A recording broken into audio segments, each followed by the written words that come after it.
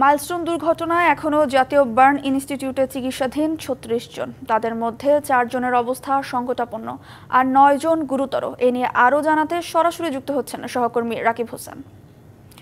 রাকিব, সেখানকার সবশেষ কি তথ্য আছে আপনার কাছে, আমাদের জানাবেন। এখনকার অবস্থা যদি বলি, সবশেষ আমরা সকালে চিকিৎসকদের সঙ্গে কথা বলেছি, তারা আমাদের যেটা জানিয়েছেন যে এই যেই ৩৬ জন এই হাসপাতালে ভর্তি, তাদের মধ্যে ১০ জন মোট পুরোপুরি সুস্থ।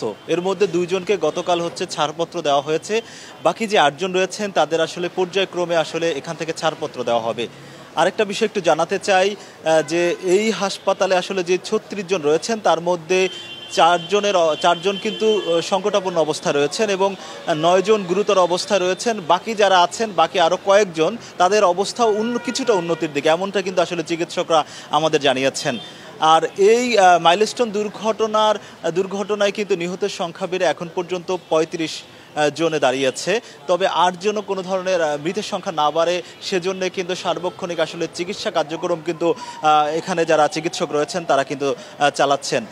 তো ইতোমধ্যে কিন্তু ভারত, চীন এবং সিঙ্গাপুর থেকে যেই চিকিৎসক দল এই জাতীয় বার্ন অ্যান্ড প্লাস্টিক সার্জারি ইনস্টিটিউটে এসেছেন, তারা কিন্তু আসলে পর্যায়ক্রমে চিকিৎসা দিচ্ছেন এই ঢাকার যে চিকিৎসক রয়েছে তাদের সঙ্গে। সানবিট সব দিবে সামাল। সানবিট ম্যাজিক প্রেস ডিশওয়াশিং এর মাথা ঘোরানো সলিউশন। এবং পর্যায়ক্রমে কিন্তু তাদের এই চিকিৎসা কার্যক্রম চলছে। একটা বিষয় একটু জানাতে চাই যে যেই ৪ জন সংকটাপন্ন অবস্থা রয়েছেন তাদের কিন্তু আসলে ৫০%, মানে শরীরের যে ৫০%-এর বেশি আসলে তারা দগ্ধ হয়েছেন, শরীর পুড়ে গেছে। আর বাকি যারা যাদের ৪-৫ জন অথবা ৭ থেকে ৮ জনের মতো রয়েছেন তাদের আসলে শরীরের ১৫ থেকে ২০%, কারো ৪০%, এরকম আসলে অবস্থা রয়েছে।